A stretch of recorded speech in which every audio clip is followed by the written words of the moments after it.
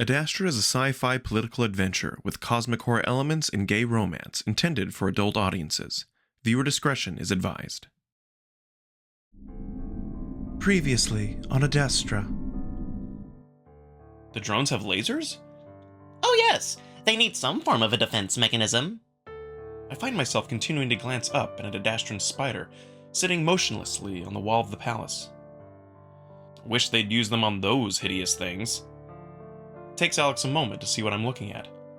Oh, Marco, you know those are important to the Ecosystem? Yeah, I know. Doesn't make them any less disgusting.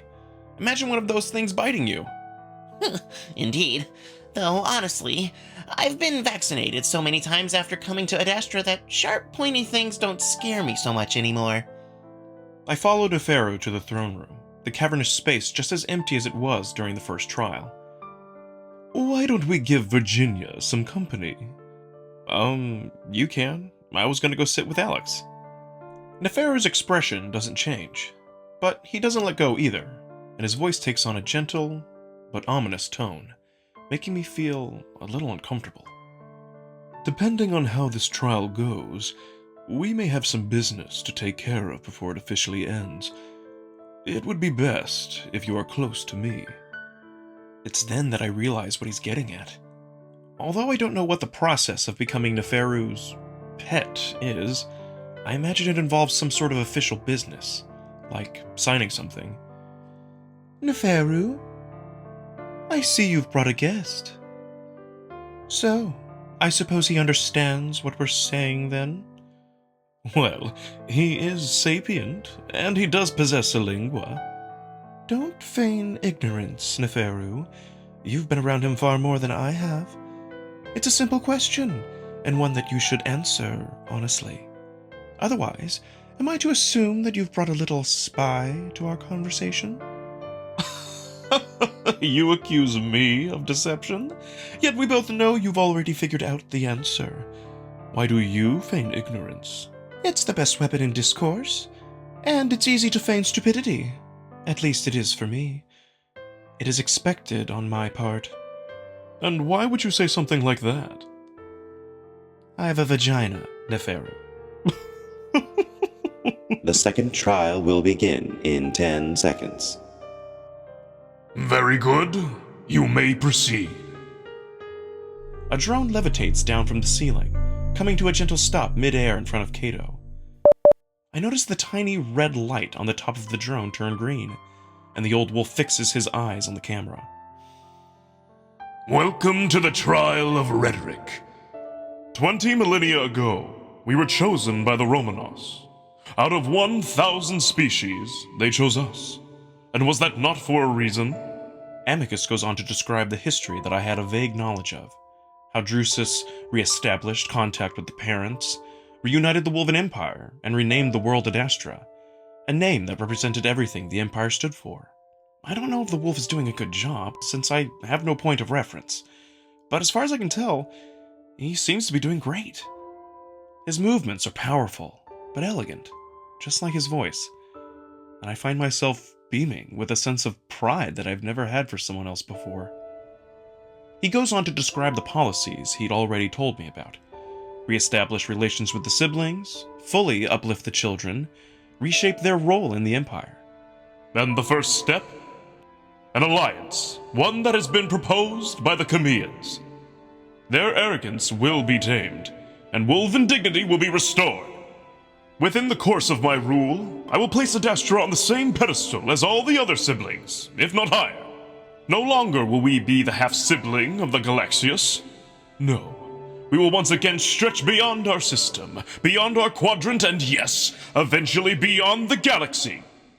Amicus points to the ceiling. As Drusus proclaimed 10 millennia ago, to the stars.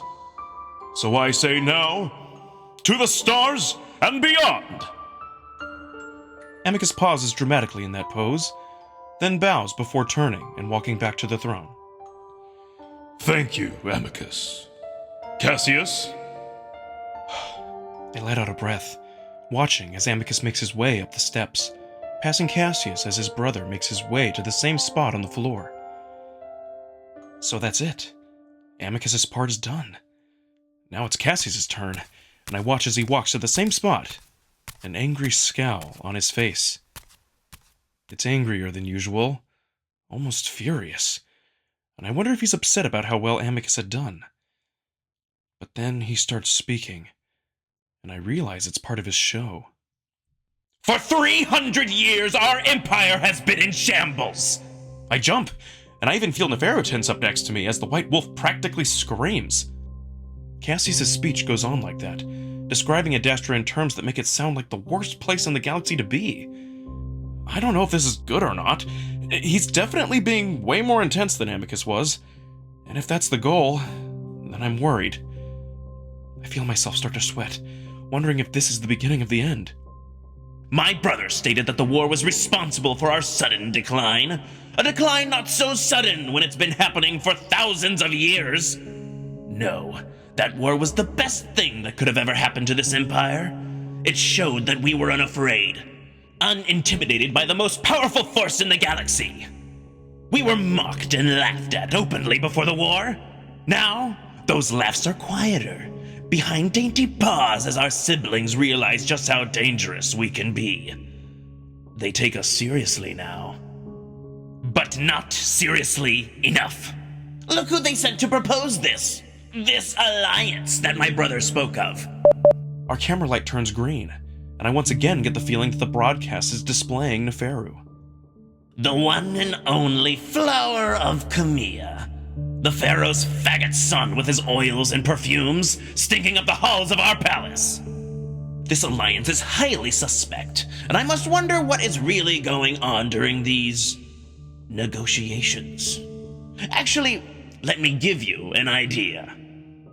Cassius makes a sort of signal with his paw, then pauses. What are you broadcasting, Cassius? Just showing a small video clip Of what? of a traitorous act between my brother and the Flower Jackal. Oh, Amicus, you're amazing. What? What are you doing? Yes, Cassius, what are you doing? Cato, he booked my room! Stay there, brother. It's almost over. And don't worry, it's censored. Cassius stares at the lens for a moment, letting the silence drag out for dramatic effect. Time, Cassius. But Cassius doesn't seem to be finished. And let me leave you with this. Time, Cassius! Yield the floor! No, I will not yield. Adastra is the one out of time. This empire is stretched thin, and the Tailraiser proposes that we stretch even further. When do we break? He looks toward the children and the siblings while completely ignoring us. So, let me leave you with this. While campaigning in the outskirts of Adastra City, areas my brother completely neglected, I came across a young child with the same disease that afflicts me. Unlike me, she had no medication to speak of because her poor, farming family could not afford it. She was bound to a wheelchair, her bones so frail that something as simple as a bath causes them to dislocate and break. How dare this empire let our people fall into such a state that we cannot even care for our own people? I'm hearing that even now, we can't afford to vaccinate those beyond our glittering city. Cassius looks back up at the camera. It may seem as if we cannot hear you past the walls of this palace. But I hear you. I promise to always hear you. I will not cater to the needs and wants of the siblings or children, to the Adastra City elites or officials. Not to the stars, but to you, the people of the Empire. Thank you. Triumvirates, make your decisions. Marco, very quietly, we are going to get up and head to my room. We'll move around the back so that the cameras do not see. Why? Because what Amicus had feared is about to... The Triumvirates have made their decisions. I see Neferu's eyes widen in surprise. Already? Lupus, After all this time, after everything we've done, we've lost. Amicus, I look up at the ceiling, toward where I always imagined Calm to be if he were real. Then I look back at the throne. Adrotai, Amicus. Lux, Amicus. Jabi, Amicus. What the hell is going on? It just seemed like everyone thought Cassius was going to win, and if it was all based on performance, then he should be winning. Tricely, Amicus. There's a pause, one that has me realizing that we just won? Did we really just win? Adastra. Cato is staring straight ahead with his visor, and now I can see his paws gripping into the armrests of his throne. The silence goes on so long that Calm asks again. Adastra. Cassius. The trial has been decided. Amicus is the victor. Where are we going? We just won! Neferu, we Clearly, but that does not mean you're safe yet. What? Who do you think should have won, Marco? I frown. Does that matter? The triumvirate's decided. Amicus won! True, but not just the triumvirates were watching. We all know who should have won. Cassius was being a total asshole, and besides, he cheated! He went over his allowed time and referenced Amicus and his points. Neferu laughs mirthlessly. The rules do not matter. I'm sure you've probably realized that by now. Cassius did exactly as he should have, but he lost because of you. What? The triumvirates clearly made their decisions long before the trial. We were hoping that they would not go against the will of the people, but Cassius's performance forced them to. You're talking about the rumor about Cassius getting rid of them? That would be the one. I had thought that such a clearly lopsided win on Cassius's part would have deterred at least most of them. Their hunger for power is insatiable, it seems. Well, what does that mean then? That I cannot tell you. I am not an expert on the politics of Adastra. I am simply a student here. Amicus may have won this battle, but I can guarantee that the power struggle is far from over. The jackal starts to turn to leave, but seems to notice the confused and probably worried look on my face. Neferu smiles at me. Amicus will keep you safe. And if there's a need you have that he cannot fulfill, I am also here. I know Neferu intends for that to sound salacious, but I also think he means it in a nice way. Thanks. Suddenly, the door slides open, and I forget my worry for just a moment as I see Amicus standing there. He only gets a few steps into the room before I'm already there, wrapping my arms around his body as I hug him. Whoa! Hey, Marco. Everything all right? The wolf sets a heavy paw on my head, rubbing the pads gently against my scalp. Are you? Of course. Well, we won. We did. This isn't really how I imagined it would go. Neither did I. But we did win. And that's the important part. Amicus hugs me tightly again. Is what Cassius did what he showed? How bad was that? Amicus grimaces. Bad. But I'll find a way to get through that. Seems my first job as Emperor will be rebuilding my image. When do you become Emperor? As soon as Cassius gives up. I don't think he's in the mood to do that quite yet, though. So, what next? Well, for now I must go to the city. The triumvirates requested the imperial family be seen at once. I see. They also requested that you go. Really? Yes, though I told them not to expect it. I know you wanted to see the city, but it's up to you. Well, it won't be the actual city, just the district where the delegates live. Things are a bit chaotic in the city center at the moment. The citizens are excited after the trial. Ah. I imagine excited means angry. You wouldn't have to do anything, just look happy to be there, but it's up to you. Would it help you? Possibly. I would certainly be happy to have you there. Then sure. The wolf's eyebrows go up in surprise. Oh, really? Well, all right then. Let's go. Amicus is already turning to pull me along, but I stop him. When he turns, I do what I'd wanted to do since right before the trial started, and I kiss him on the lips.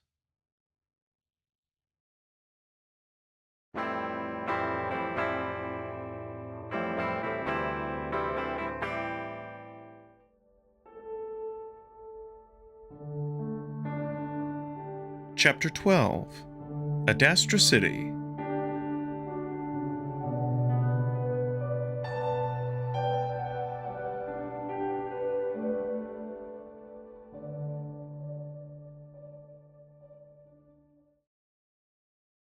The chariot is really just a large, metallic carriage. It has benches inside with an open top. There are no horses, of course, and it seems to move on its own. It is the first time that I've ever seen wheels being used for transportation here, though. As we're walking up to it, I notice Virginia and Neferu already sitting in the front, and Cassius is in the back with Alex. He's very deliberately looking away from us. I whisper to Amicus as we get closer to the chariot. Cassius is going? Yes, I think Cato made him go. Despite everything the White Wolf has done, especially in the trial, I can't help but feel a little sorry for him. I can't imagine having to go out in public right after your years-long campaign was defeated. Amicus hops in first, sitting next to Virginia before reaching down to me to pull me up next to him. I thought we'd be flying there. We usually do, but since the ship we used to take to the city, crashed a few months ago, we decided the chariot is safer and more inconspicuous. Yes, something that will come in handy, considering the state of the city right now. Yes. What's the state of the city? Virginia fixes her eyes on me, really looking at me for the first time in a while. Riots, looting, the usual, though a bit unusual for Adastra City compared to, say, Lux. Amicus glances at me, but that's when there's a sudden jerk as the chariot moves forward toward the tree line. Virginia looks at Amicus. I must say, your pet is much more fascinating than I'd originally thought. He could barely speak when I first met him. Yes, he was shy. I guess I should have told Amicus that my act had been exposed at this point. Well, we must reconnect with Samia then. They seem oddly intelligent. Yes. Oh, thank the gods for the trees. Vita is much too harsh today. Amicus clearly tries to change the subject as the road turns into the thick forest. We're blanketed in an eerie green glow as the forest envelopes us.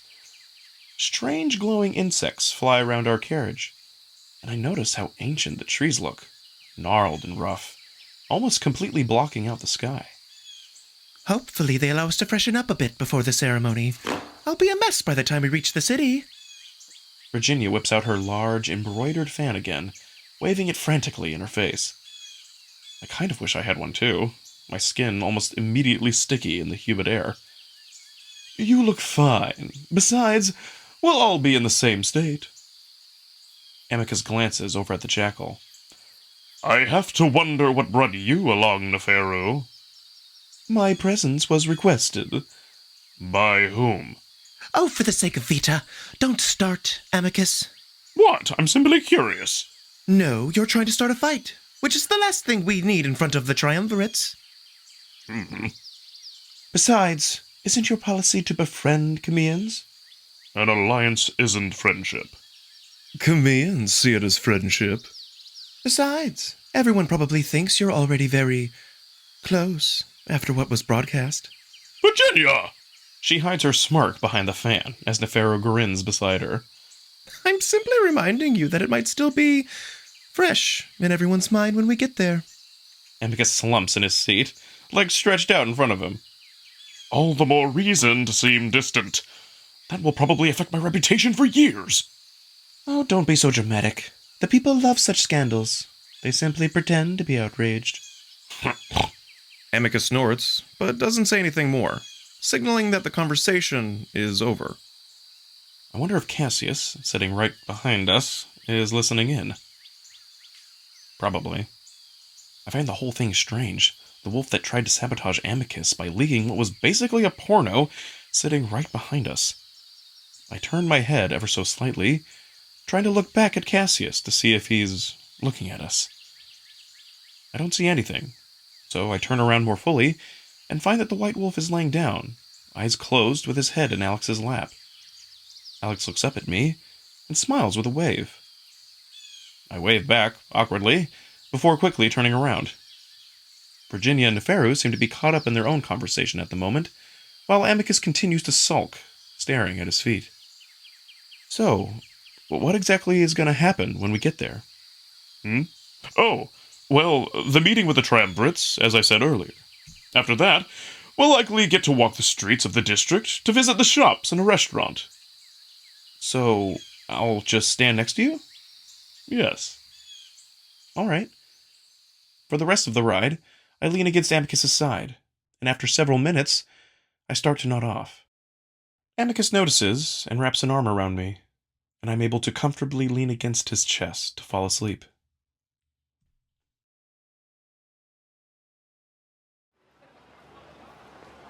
The next thing I know, I'm being nudged awake by Amicus. I find myself staring at several buildings, the sudden change in the scenery leaving me dazed. I'm still trying to get my bearings as Amicus hops out of the carriage, reaching up to lift me down. When I look back up, I'm able to see a large group of wolves off to the side, watching us intently. Immediately, I feel self-conscious, the crowd being the largest gathering of wolves that I've seen in person. They come in all shapes and sizes, and I'm surprised to see a few of them that are almost as short as I am. The one characteristic that all of them share, though, is their thick-bodied stature. Amicus guides me around to stand in front of the chariot with Neferu, Virginia, Cassius, and Alex, holding me close to his side. One of the old wolves steps forward from the group. Welcome, Imperial family. Thank you so much for coming on this day of the second trial. It was a marvelous show. That seems like a bold thing to say after a clip of Neferu and Amicus having sex was shown. There doesn't seem to be any awkwardness, though, the old wolves looking eager to talk to Amicus. I'm Cicero, first triumvirate of Adastra. The old wolf walks forward toward Amicus, setting his paws on the bigger wolf's shoulders and touching the sides of their muzzles together. Out of the corner of my eye, I notice Cassius shooting us a sour, angry look.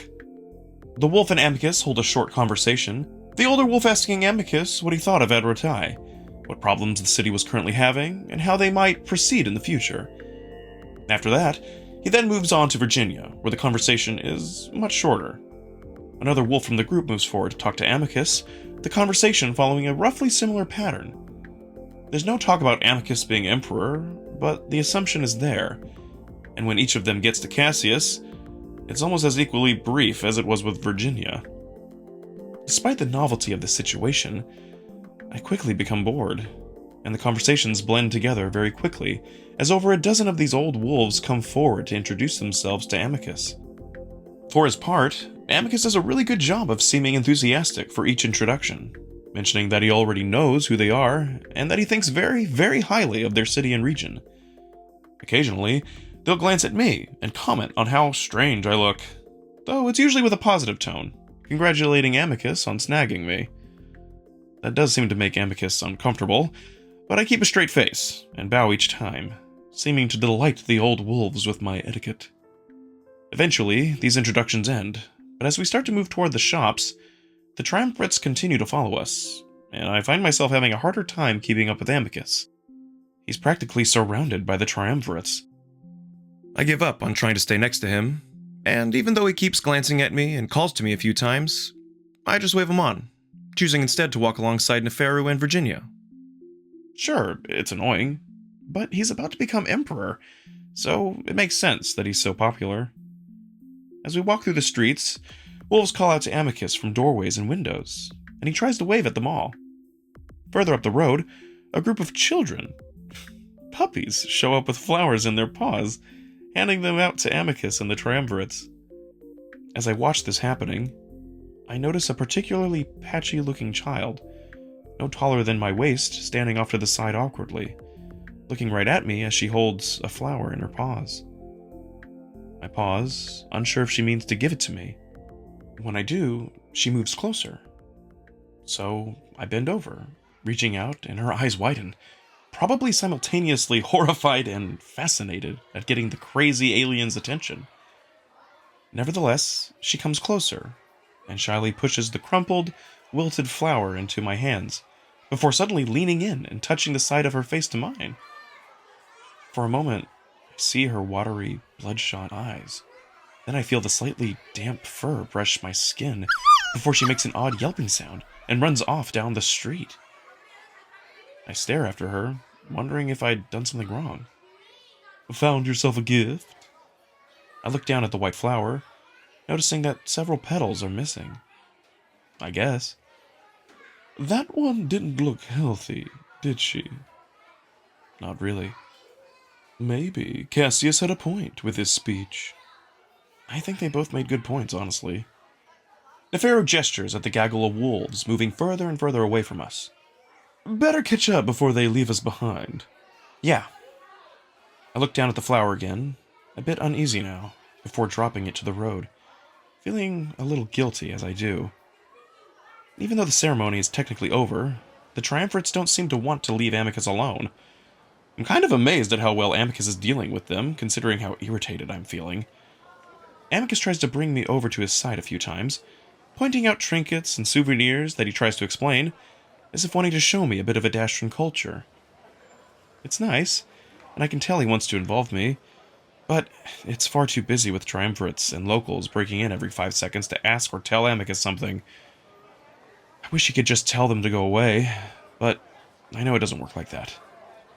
On top of this, my joints are really starting to ache from all the walking, and I wonder if living in the palace for so long has made me soft.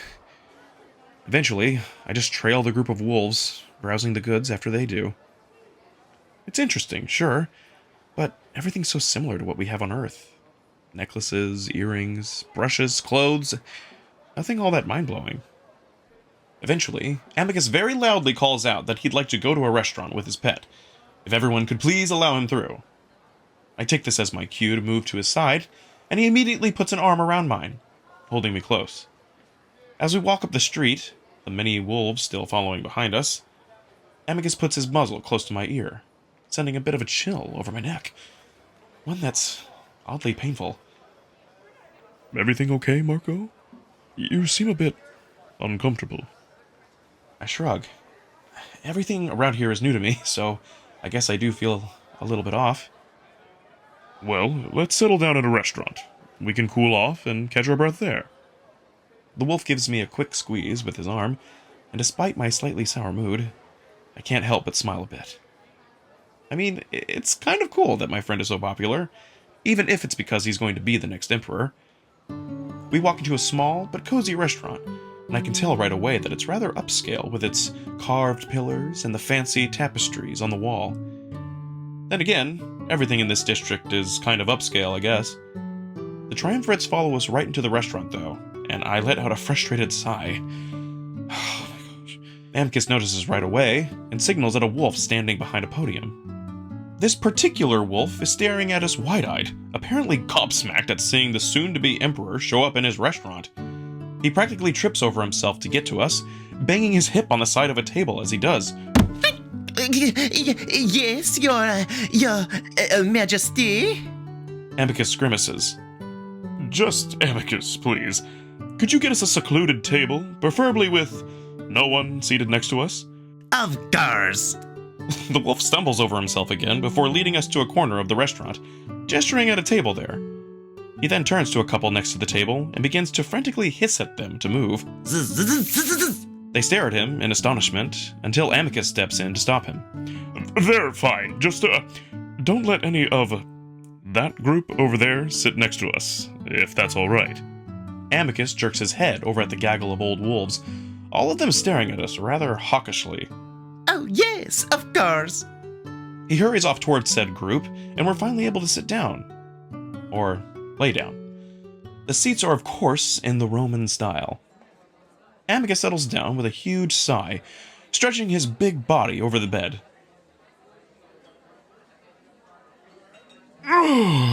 Sorry about that. I should have warned you about how frustrating it can be with all the pointless chatter. I shrug. Seems about right for politics. Oh, it is. But don't worry. It's rare that all the triumvirates are in the city all at once. This is for the trials, of course. Yeah, makes sense. You sure you're okay? I can never seem to tell. I'm fine. I rub my arms. The skin's sensitive and sore, just like my joints. I wonder if I'm getting sunburned too. All right. So, what do you think of the city? This part of it, at least. I wish I could take you to where the skyscrapers are, but, as I said, things are a bit chaotic at the moment. It's pretty cool. It wouldn't exactly be out of place on Earth, definitely different, but really similar. Ah, well, you were uplifted by us after all. Yeah. So, is this what you're gonna do as Emperor? Come to the city and just talk? Amicus chuckles. Oh, there will be much more to it, I'm sure. I'm hoping Cato will teach me a bit, if he's able to get over the trial. I remember that Cato did vote for Cassius. He's probably furious about it right now. Won't you have, like, advisors and stuff? Well, yes, but I must choose them. Would you choose Cato? I could. Will you? Well, maybe, but recent events have left me a bit unsure of that. Why is that? Amicus shakes his head. Don't worry about it now. We should be celebrating. I mean, you could become Emperor at any moment. Shouldn't you have someone who's got a good head on their shoulders at the ready? I suppose. Who would you suggest? I get the feeling that he's goading me to offer myself, but that definitely wouldn't be the case. The few wolves I know make the decision pretty easy. Virginia. Amicus raises his eyebrows in slight surprise. Oh, well, yes. I would definitely consider her. The only problem is the image of a female telling me what to do. The tail-raiser reputation is bad enough. I roll my eyes. Maybe wolven masculinity is something you can fix while you're Emperor. Amicus doesn't seem to know how to answer that, but he doesn't have to as our food arrives. I'm a bit surprised since we didn't order, but looking around, it seems that everyone gets the same thing. There's the usual olives, grapes, cheese, and bread, but also seafood, and even eggs, which surprises me. Amicus thanks the nervous waiter before immediately starting to dig in. I do the same, but while I'm spreading cheese onto the bread, my mind wanders back to what might be happening in the city right now. So, how bad are things in the city? No one seems that concerned about it. From what I've been told, it's fairly mild. Riots are common in Adastra, but they don't last long. I think the people will calm down within the next few days. Oh, okay. So they don't, dislike you or anything. It takes Amicus a moment to swallow down his mouthful of bread before speaking. No. Most of the anger is directed at the triumvirates. I will say, though, I have my work cut out with rebuilding my reputation. Because of the sex video? Yes.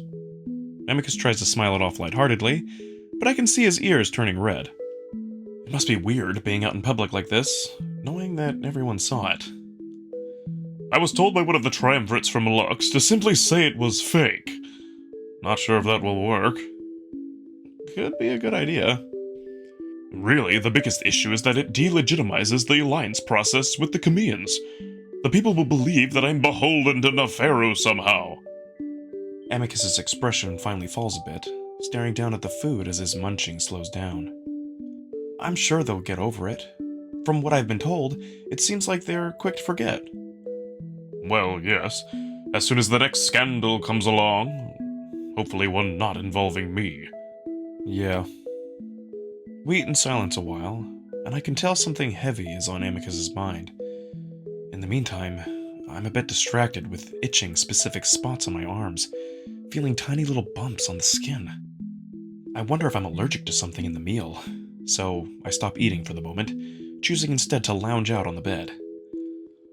Marco, I've been meaning to ask you something.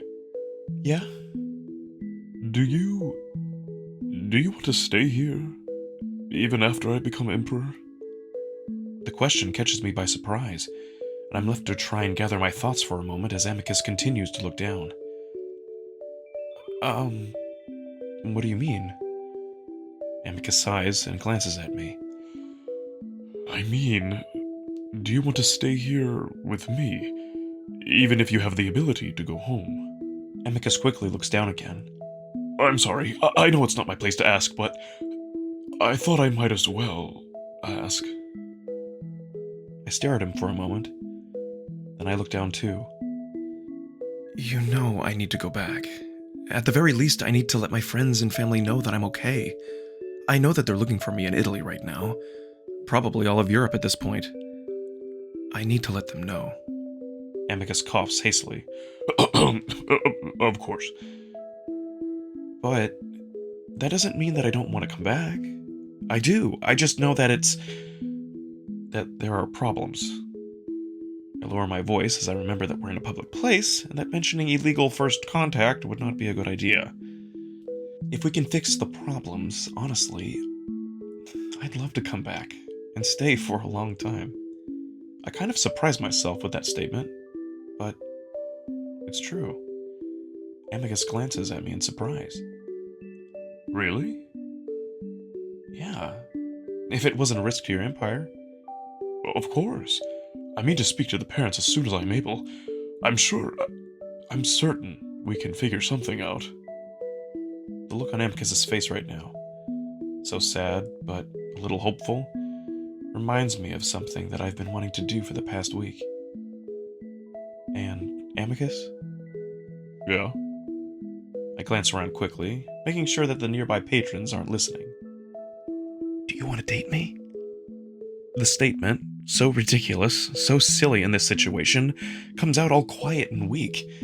But I don't know how else to ask it. The word is so complicated between us now, with how I tried to explain it to Amicus. It's something that I don't think I've ever said to anyone before. And just like Amicus, I find myself looking down immediately. It's quiet for a moment, and the restaurant suddenly lights up with a golden hue as the sunset hits the windows just right. I hear a long exhalation and realize that the wolf had been holding his breath.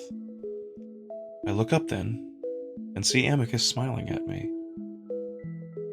There's a mixture of happiness and relief on his face, maybe even a little amusement. I guess we've been dancing around it for so long. We both knew by now that it's what we wanted, what we've been building up to. Of course, Marco. I'm honored that you'd have me. I even see his eyes glistening a bit, and I want to get up right there and then and join him on his bed. But public setting holds me back. I imagine Amicus is feeling the same way, and I wonder if maybe asking here in public wasn't the best place for it. But it was done, and I feel myself grinning despite myself. The wolf grins right back. Like you said, while I'm here, we might as well get to know each other better, and if you do figure something out, I can come back. Amicus nods and turns his head in a way that he's able to wipe an eye on his shoulder, probably hoping I wouldn't notice.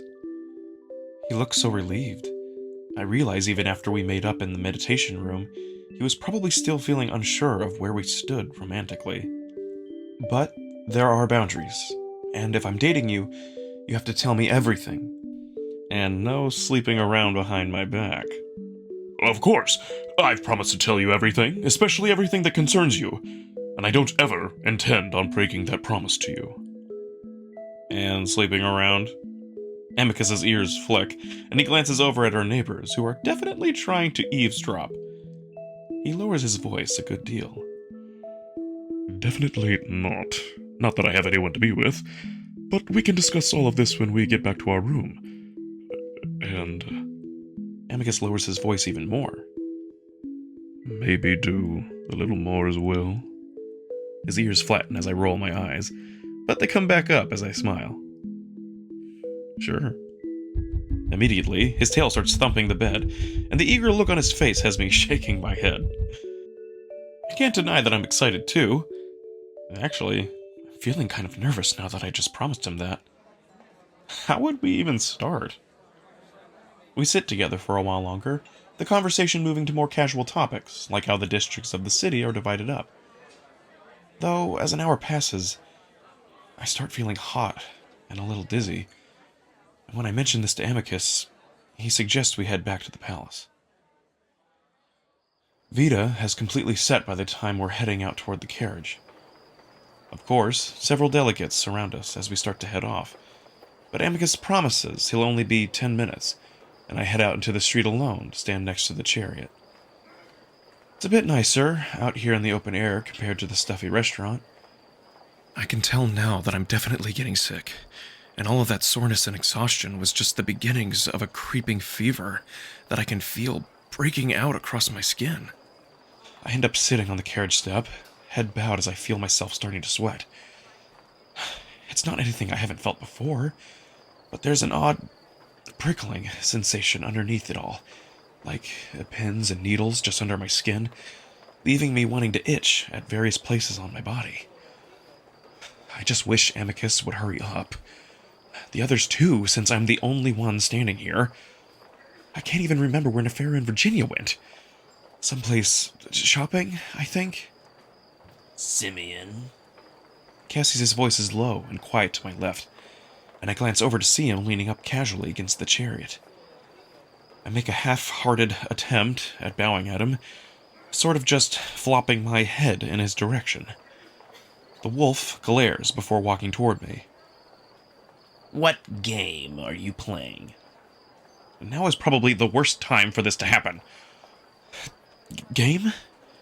I mumble out stupidly, looking toward the restaurant to see if I can see Amicus through the crowd gathered in front. Do not act stupid. I know you're capable of understanding. I just shake my head, but immediately regret it as I feel all the food that I'd just eaten roil around in my stomach. I'm really sick. Way more than I'd realized, and I can't believe how hard and fast it's hitting me. Do you remember several weeks back, in which you served me during midday meal? Virginia and Neferu were there? I just stick to silence now, worried that moving at all is going to make me hurl. Of course you remember. You told the triumvirates about what I intended to do with them, didn't you? Cassius moves closer, but the feelings coursing through my body leaves me not caring all that much about him right now. I need to get to Amicus. I need to tell him that something's wrong. I hug myself, feeling that prickling sensation erupt to the surface, my skin on my arms and chest and legs burning and itching in the most horrible way. I gasp. What is that? Some sort of simian language? Listen to me. I want to know what you told them, and how you knew to tell them. I feel bumps on my arms, bumps that weren't there just minutes ago. I look down, and even though it's hard to see in the darkness, I'm at least able to see that the skin is splotchy and discolored. Shakily, I touch one of the splotches, and watch as a tear of clear liquid oozes out. What the hell? Something grabs the front of my robes and pulls me up. Are you listening, pet? I said... I was worried about small movements, but that huge lurch pushes my stomach over the edge, and I immediately projectile vomit straight into the middle of Cassie's torso. We both stare at the mess on his fur, which is starting to drip down heavily onto his garments. Oh gods. Oh gods! The wolf screeches, and at the same time, I vomit again, right in the same spot. Cassius immediately stumbles back, screeching as he waves his paws uselessly at the mess, then actually starts to retch himself. God! I'm not able to see if he's actually throwing up, too. Instead, I crumple to sit on the ground, feeling the world spin around me. Thankfully, the next thing I hear is Amicus's voice. It sounds like it's coming from far away, even though I can tell that he's crouching right next to me. What did you do to him, Cassius? I did nothing. He... I hear splattering noises. Marco, what happened? What's wrong? I sway, and Amicus lets me lean into him despite my vomit-covered robes. I don't know. Was it the food? Are you... I stick out an arm, and I feel the wolf catch it delicately, examining it. Gods. He mumbles it under his breath. What happened? Cassius? I hear more footsteps, and for some reason I feel myself becoming embarrassed that everyone's seeing me like this. That barbarian! He vomited on me! It sounds like Cassius is about to cry, and for some reason, that's pretty funny to me right now. I try to laugh, but my throat is so sore. Virginia, he's sick. We need to get him back to the palace. Get in the carriage. It's too slow! I feel the world tilt as I seem to just levitate off the ground. Then I realize that Amicus has picked me up.